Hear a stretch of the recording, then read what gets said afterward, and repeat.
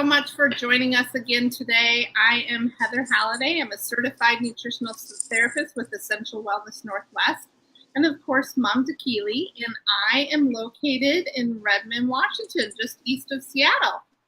Yes. Hi, Heather. Hi. I am Deanna Wilcox, and I'm a certified health coach of Thriving with Deanna. I am mom of 2 boys and wife, daughter, sister, all of those things.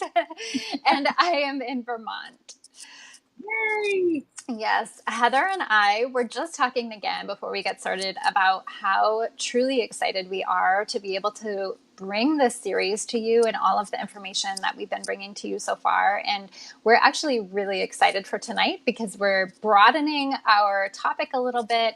And so we really want to share this information not only with you but with anybody who needs this. So we just ask that you like, share, comment. All of those things will help to make this information more visible to other people. And so if it's helpful to you, please do all of those things for us.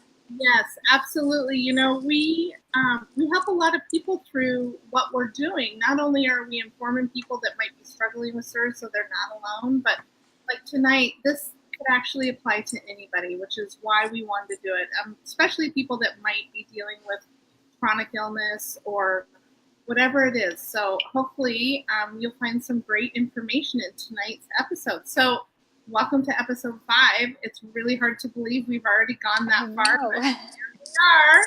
And we still have so much to offer you guys in the coming weeks, so we do hope that you'll stay tuned. This is all about reclaiming your health, and even though you might not have SIRS or Lyme disease, we know that the information we're bringing to you is going to be helpful no matter what.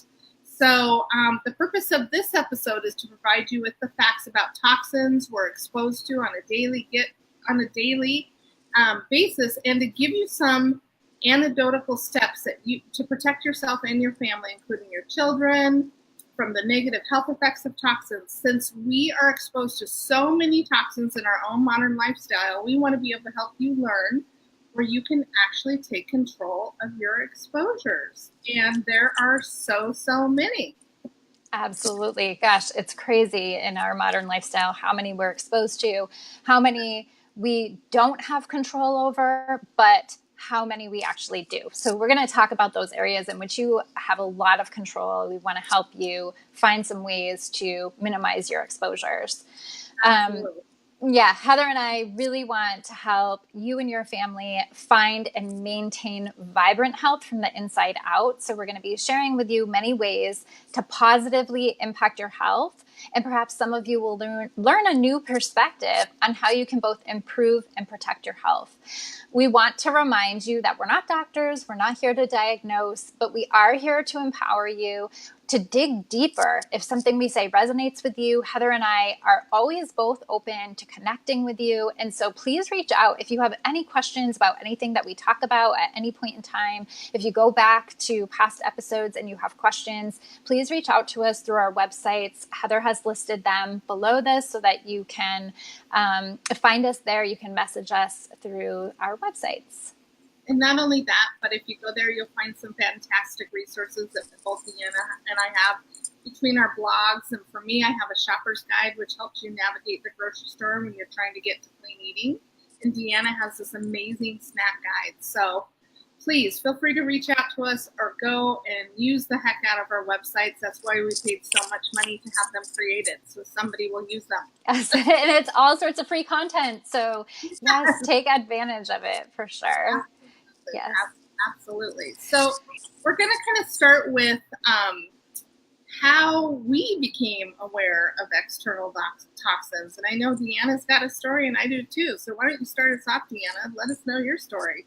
Yeah, absolutely. I guess when I was pregnant is when I first started thinking more about toxins. I can't say I wasn't aware of certain things to some degree, but I definitely wasn't taking control in ways that I could.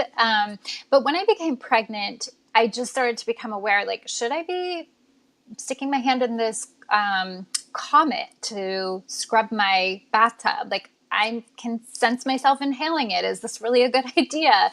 How is this affecting the baby? And that's kind of what got me thinking outside of myself was, how is this affecting the baby? And so that got me thinking a little bit more. And then, for my baby shower, I got Johnson and Johnson's lavender body wash, right? And lotion. It was all the rage at the time.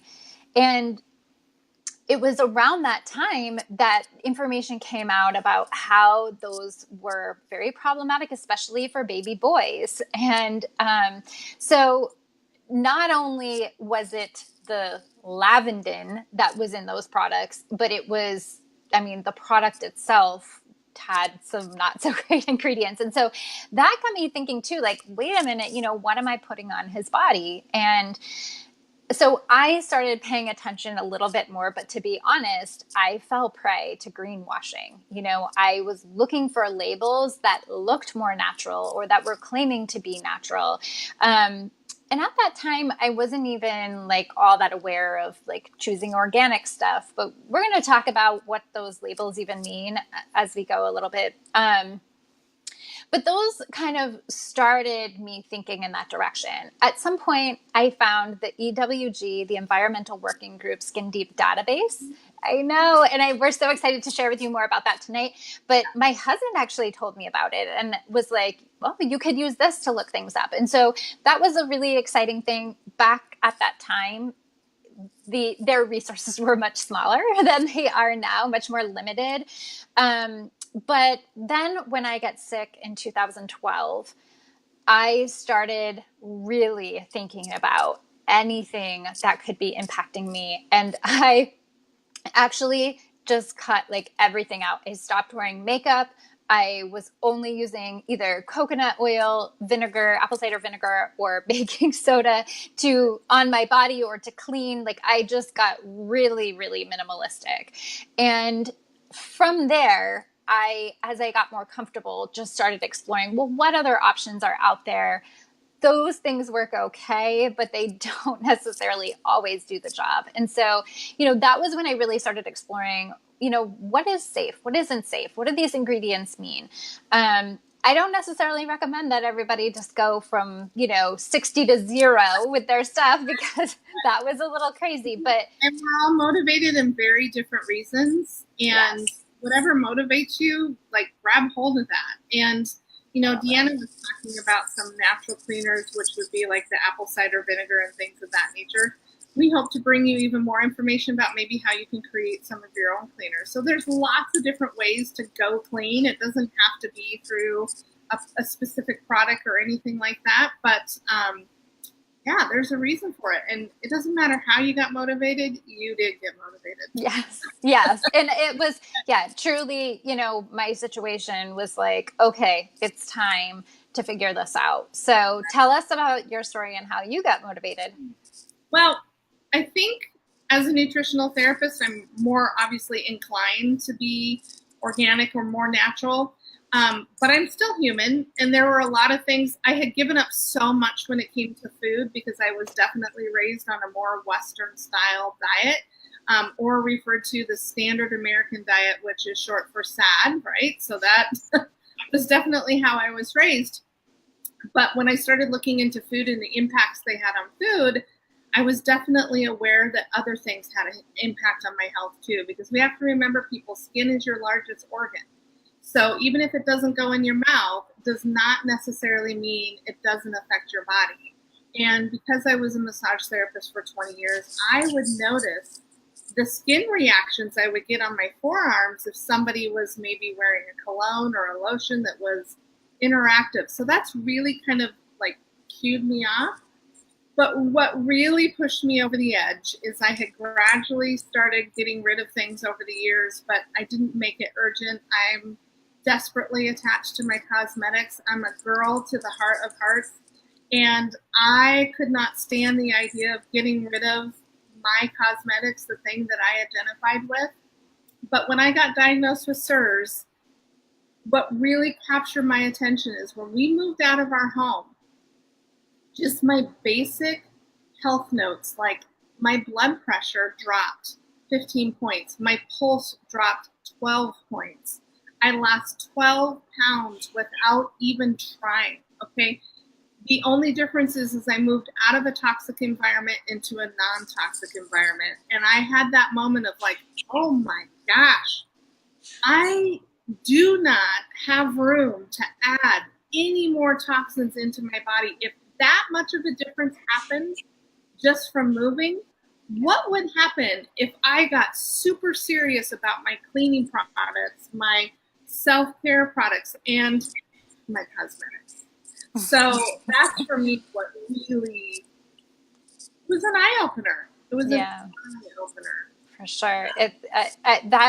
Ultimately that's what drove me too was, if toxins can be affecting me this much, what is in my products? I dove headfirst into all of that. And that's what helped me to clean out. But I suggest, to anybody that I'm meeting who's interested in, detoxifying, starting, I like to call it low toxin living, because we're not going to get rid of all of the toxins in our modern environment. We can choose products that we know to be safe, but we can't control for all variables all the time. So I feel like if we call it non-toxic living, sometimes that can set people up for feeling a little too perfectionist about it. And it can be a little dangerous. So I like to call it low toxin living.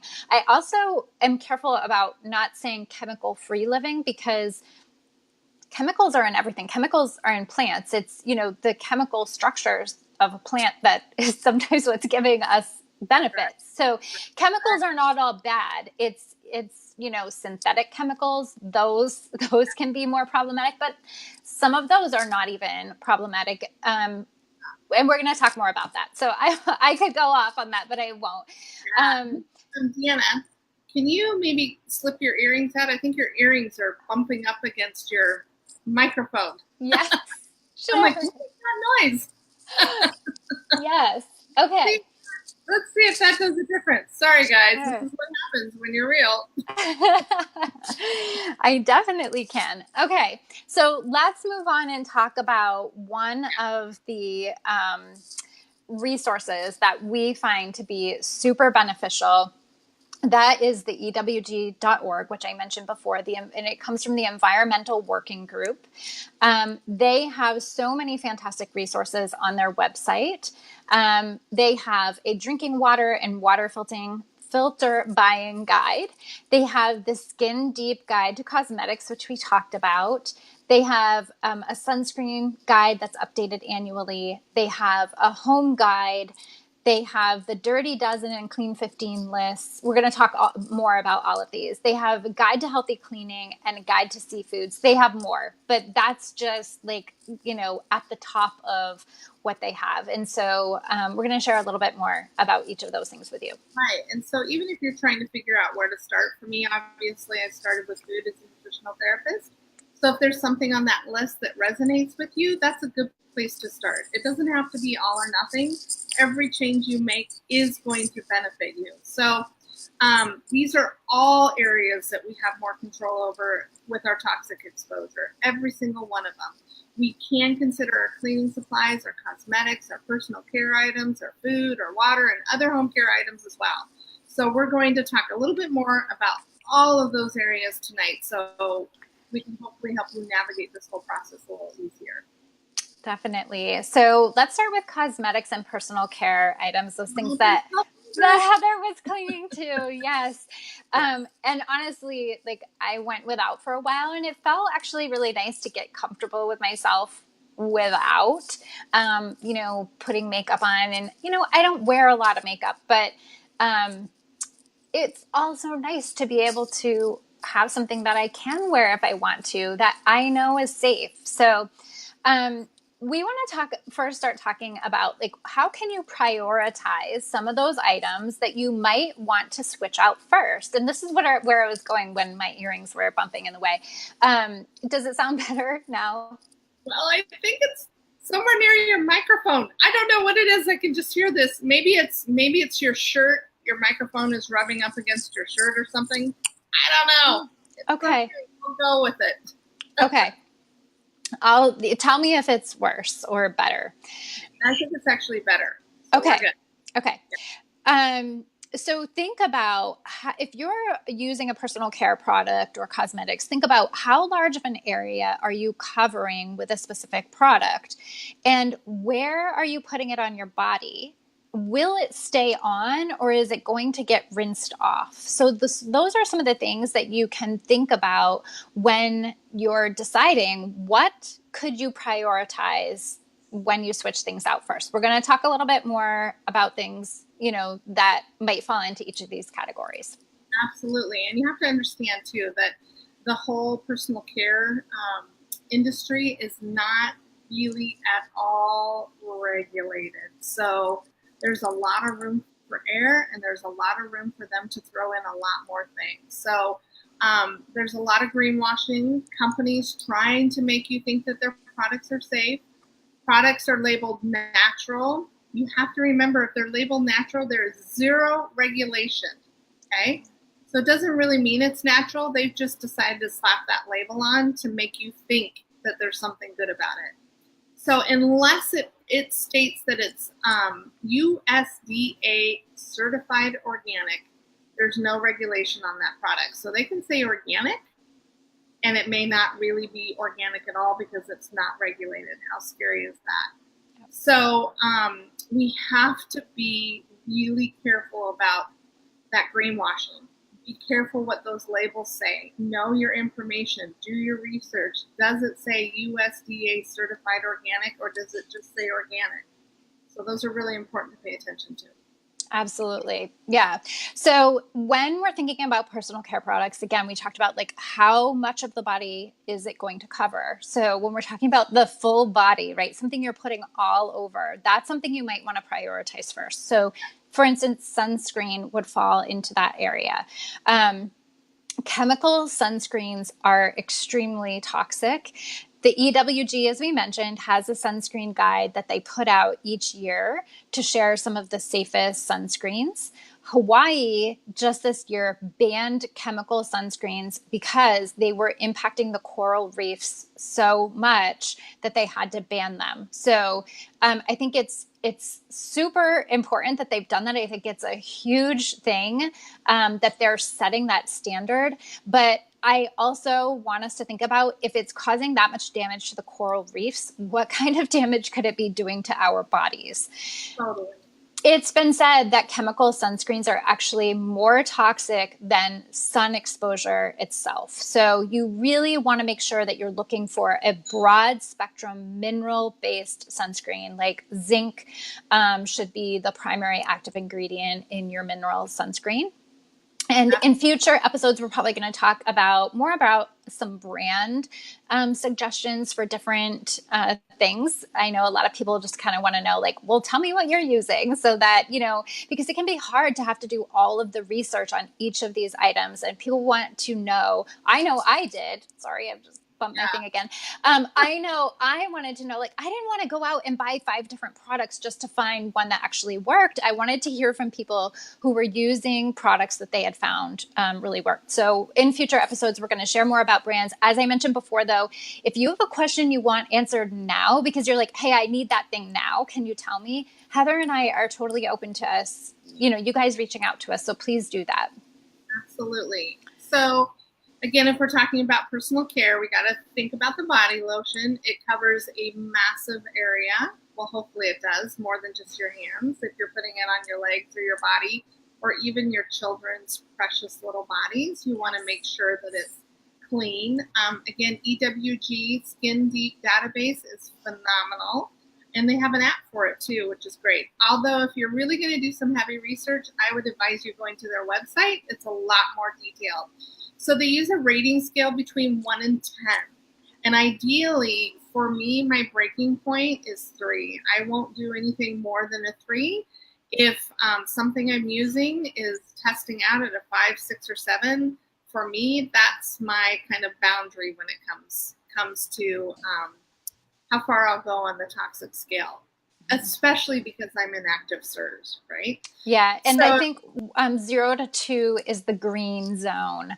That they're like, the EWG considers that to be very safe. And then I think above 2, I can't remember exactly what it is, 3 to 5 maybe is like the yellow zone. And, they have zones. So yeah, 3 just starts to get on the edge of that yellow zone. And that's kind of where my breaking point is too, Heather. and if you don't recognize an ingredient on a list, Google it. You'll find out very quickly. And that goes with food too. Like, you should know every single thing that goes into your body. If you don't recognize it, don't put it in there. That's my rule of thumb too.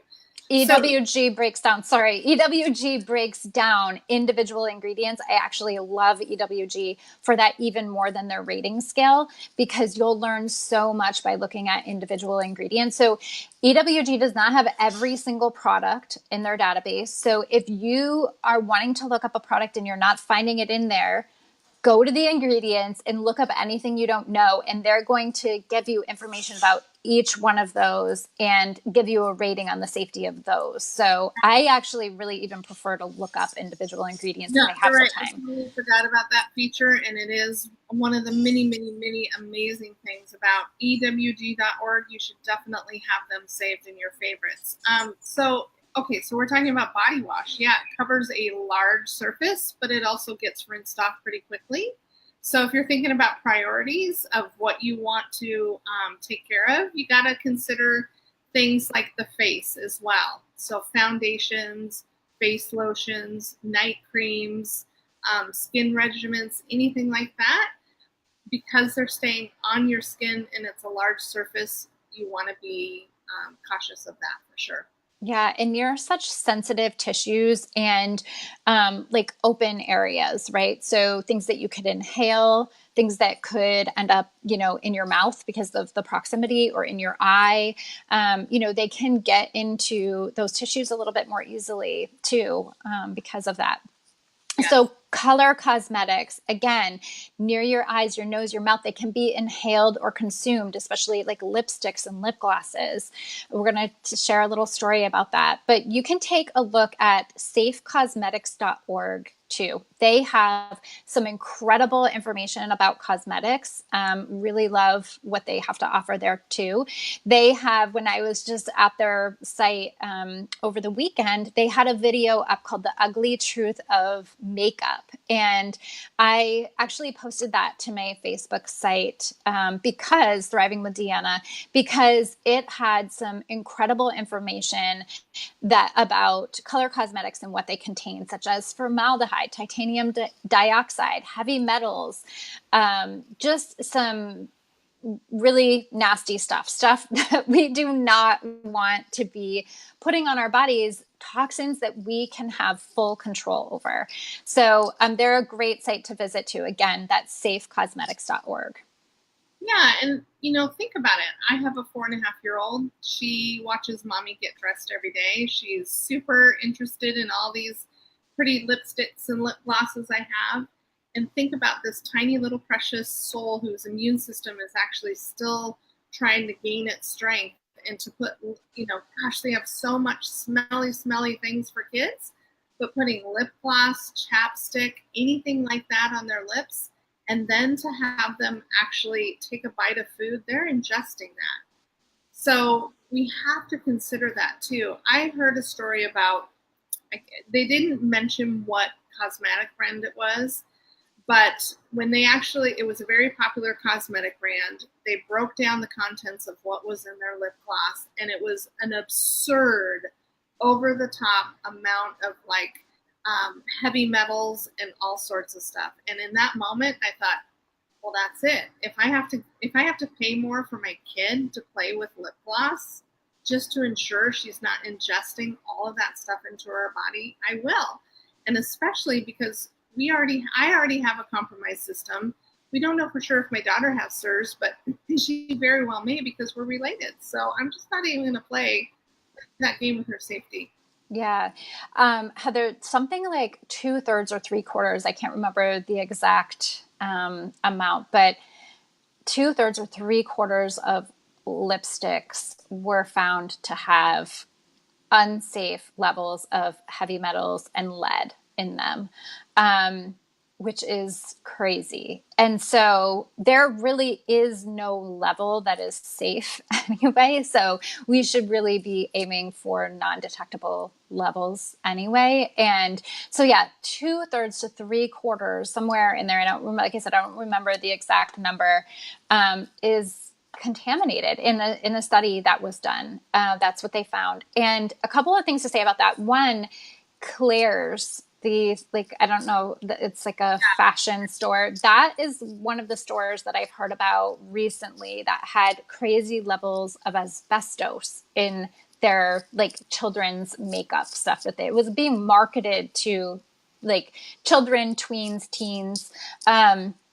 And so I don't normally like to throw brands under the bus, but this was in the news about that. And the thing is that nobody, the FDA, nobody can make sure that these companies take this stuff off the shelf. There's nobody that has the ability to do that. The company has to make the call themselves as to whether they want to do that. And so thank goodness this was in the news, because it pretty much forced them to take this stuff off the shelf. But I think that's one really important thing to know. And just to know that you really have to be careful of anything like lipsticks, because of the high potential of it having heavy metals, and then you consuming it.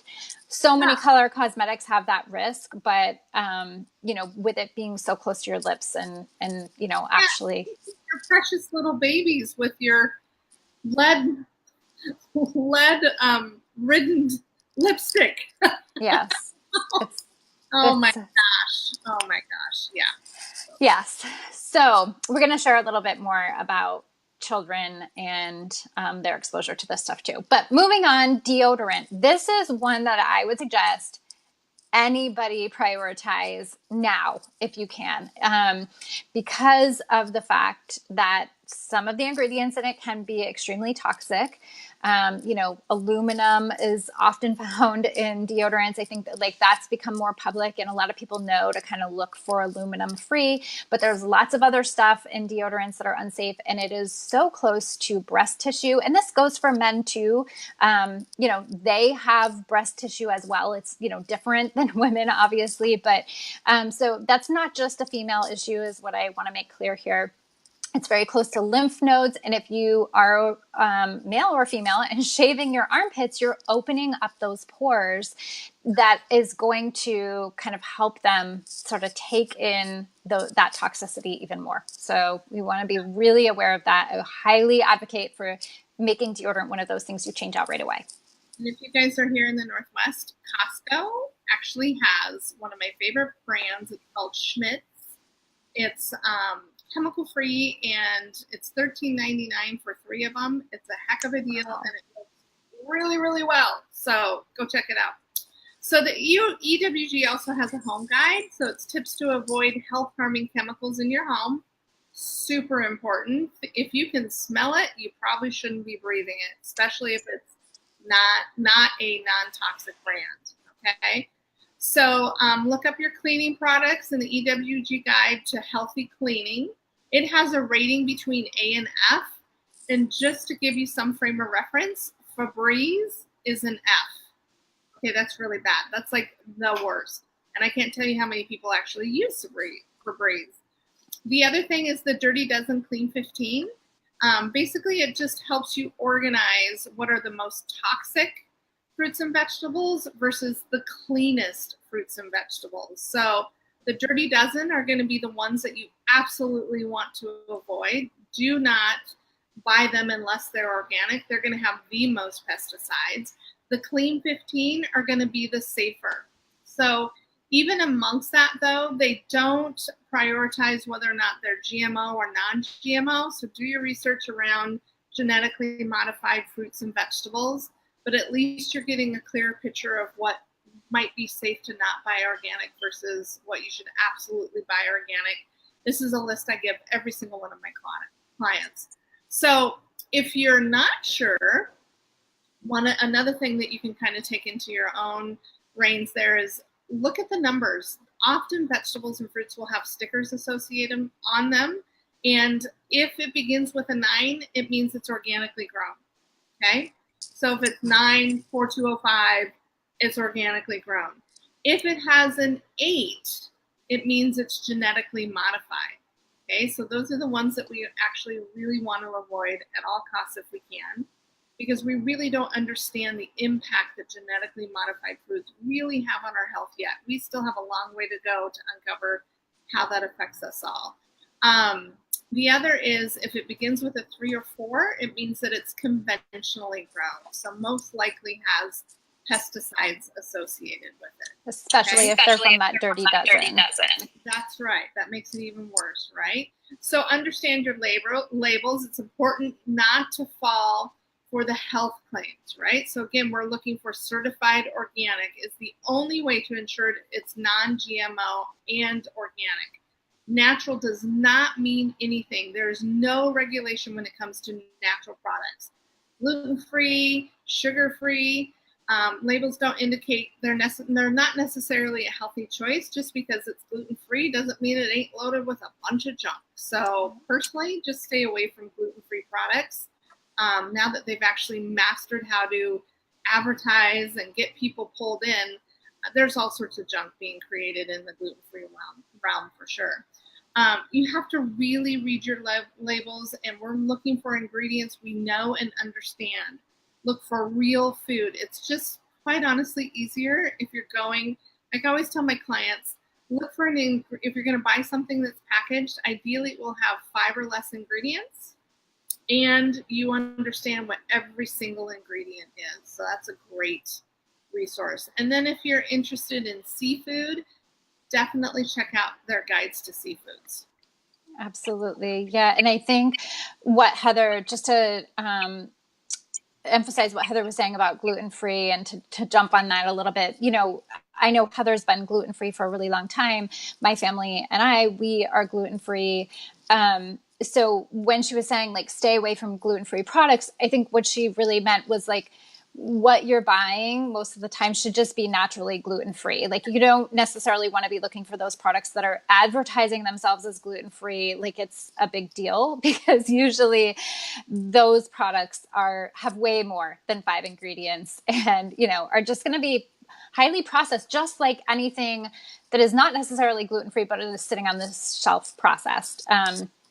So they've tried to make gluten-free sound like it's a healthy alternative, and it's just really no different than the other processed stuff. So, right, just go for real whole foods as much as possible in their least processed forms. That's right. Yes, we need to do a whole episode, probably several, on this because this is really where Heather and I shine is with, around food. And we were laughing the other day that we have talked very little about that, but we'll get to that. So yes, we want to leave you with a very actionable step tonight and some inspiration. So we already gave you one really, which is change out your deodorant. If you haven't found a natural deodorant, go ahead and do that right away. But here's the next one. Remove anything that says fragrance. So start there. If it says fragrance, it can have over 3,000, a combination of chemicals from over 3,000 choices. And they don't have to say what any of those chemicals are because it's considered proprietary information. So they don't have to share that with you. They can just list fragrance, and that can cover any one of those 3,000 chemicals. They can be found. What's that? I just said that's scary. So scary. Yeah. They can be found in things like cosmetics, shampoos, medical devices, cleaning supplies, soft toys for children and pets that they're chewing on, building and home decorating materials, children's clothing. What else? One of the things, actually, I think you're going to share this, Heather, so I'll let you go ahead and do that. But yes, if you need to get fragrance out of your product. So, and Heather's going to tell you about one of those 3,000 chemicals, where it's a group of chemicals that can be in fragrance that is extremely problematic. Yeah, and that's called phthalates. And you may or may not heard it because it seems like it's been on the news a lot too. So, okay, phthalates are hormone disruptors. That's really bad. They reduce testosterone concentrate. So I like to think of the smelly guy that leaves the trail of cologne. It always makes me scratch my head and wonder if he had any kind of fertility issues, quite honestly. No, it's scary. Like, seriously, we have to look beyond. Anyhow, I won't go off on a tangent because I certainly could. So, its purpose is to help the fragrance stay around. So that's that smelly guy walking through the mall that you can smell his cologne 10 feet away. That would be the phthalates that are keeping that actually in his body and on his skin. So we can all enjoy it for hours to follow, right? Um, it also, it has neurotoxicity. Okay, so if you have SIRS, you're already struggling with brain power. You do not need to add fragrance and increase neurotoxicity. It's definitely not a good idea at all. It can increase asthma and allergies. So you'll often see doctors' offices now that will say, please no perfumes, whatever. It's because it actually causes respiratory issues. Definitely can aid in infertility. So if you're struggling with fertility, this would be a great way to kind of start cleaning up your life, is to get rid of some of these fragrances, right? And abnormal development of the reproductive systems in baby boys, which is so sad. There's so much centered around how it affects women, but this directly affects little boys. Scary. Yes. Yeah, it is. And just to share with you guys, because that word is pronounced very weird for how it's spelled. And so if you're like wanting to look for it, it's not usually going to be listed. Like we said, it's going to be under fragrance. So you're not usually going to find this on an ingredients list. However, you will see some companies sharing that they're not including phthalates in their products. So that's a good thing. You still want to be checking ingredients because, again, that's kind of become a buzzword that people are trying to make you think if they don't have that, their product is safe. Not always the case. You need to keep checking your labels. But the word is spelled PHTHALATES. So it's spelled, different than it sounds. So I wanted to share that with you. A great reason to make a change today. This is a stat for you. The average adult uses 126 unique chemical ingredients in their personal care products every single day. Many of these chemicals have either no safety data on them, or they have data showing that they are actually detrimental to our health. And so much of this information you can actually find on ewg.org. So go look up your products and your individual ingredients. Yeah, and Deanna's intuition was right on when she was pregnant, because our children are being affected even before they are born. The EWG actually did a study looking at 10 babies and their umbilical cord blood. And this is what it was. It says tests revealed a total of 287 chemicals in the group of babies studied. The umbilical cord blood of these 10 children collected by the Red Cross after their cord was cut harbored pesticides, consumer product ingredients, and waste from burning coal, gasoline, and garbage. So just because they're in your tummy doesn't mean they're safe. Number two, of the 287 chemicals they detected in the umbilical cord blood, we know that 180 of them cause cancer in humans and animals, 217 are toxic to the brain and nervous system, and 208 cause birth defects or abnormal development in animal tests. The dangers of pre or postnatal exposure to the complex mixture of these carcinogens, developmental toxins, and neurotoxins haven't been studied. No, and the thing is, Heather, right, that they can study how, this was another thing that I learned in looking this up, is they can study how one ingredient impacts us, right? But they don't know what having 126 of these ingredients or 200 and whatever ingredients at the same time impacting us, what kind of impact that has. And when we think about children, we have to be incredibly aware of their size and how much more toxic that kind of exposure is because of their body weight. So, and they're developing systems. There's just so many reasons that it's even more crucial that we are looking out for our children, but it does not mean that it's not important for us. We can't withstand all of that either. And, like I said, we have information about single ingredients and their potential negative health effects, but again, we don't have information about when you use 5 of those together or 10 of those together, what are they doing? Oftentimes things... Well, and they even say like, oh, this is safe. Well, it's safe if you're only using that product. But what if you're using 10 products that claim to be safe? You take all those toxins and pile them on top of each other, and you're left at the end of the day with an incredibly toxic soup. This isn't meant to scare you, but it's to bring a little bit of reality of how disconnected we are from all these chemicals that we're exposed. Here in Seattle right now, we're completely smoked out with the fires that are near. People are very aware, and they can definitely feel the impact on their health. But think about it, people. What about all these other chemicals that we haven't even paid attention to? How do you know that they aren't contributing to something you've got going on? That we're choosing to apply. So the best thing is to, especially if you have a health challenge, just remove what you know isn't going to help aid in your overall health. And that's really what it comes down to. Yeah, 100%. And you guys, I have, talking about using the free resources, I have a post that I wrote on my blog about this because I shared some of the information that we shared tonight. I share some other information. And if you're like, wait a minute, I don't remember what they said, or I want to go back and read about that, I have a post. It's called Why Safer Self-Care Products Matter. And it's on my site, thrivingwithdeanna.com. So if you just Google those 2 things together or search my site for that, you'll find it.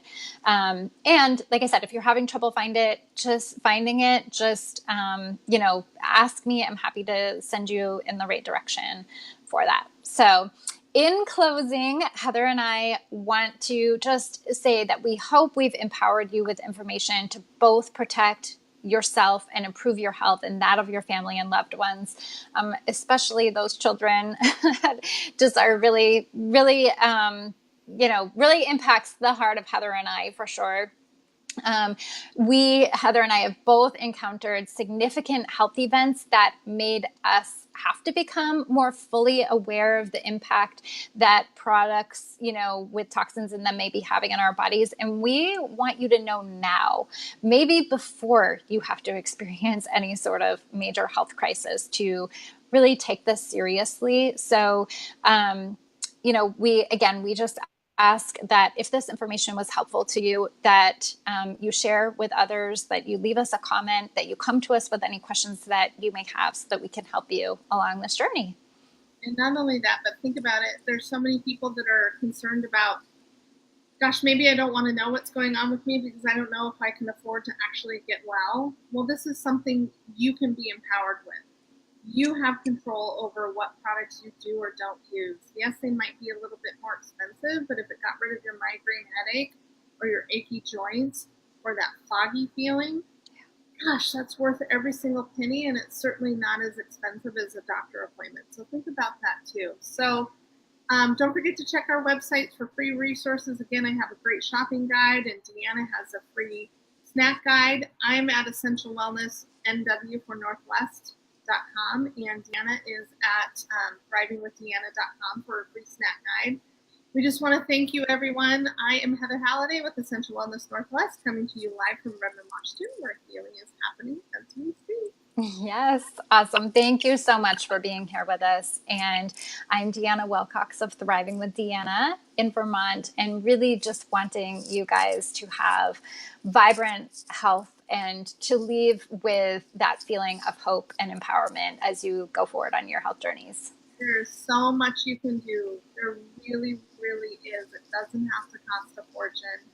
Taking that one step, doing the deodorant, would be huge. Yes, little by little, it all adds up. So if you start with one thing, you get that down, you move on to the next thing, it's all going to add up and eventually you will have done it. So don't become overwhelmed by it. You don't have to dump all of your stuff like I did. Start from coconut oil, vinegar, and baking soda. You can just do one item at a time. And our first two actionable steps are deodorant and fragrance. So start looking to those things. Great. Everybody have a great night. Don't forget to share, like, love our podcast or Facebook Live, whatever this is called. And we will see you next week. Yes, good night. Bye, Deanna. Bye.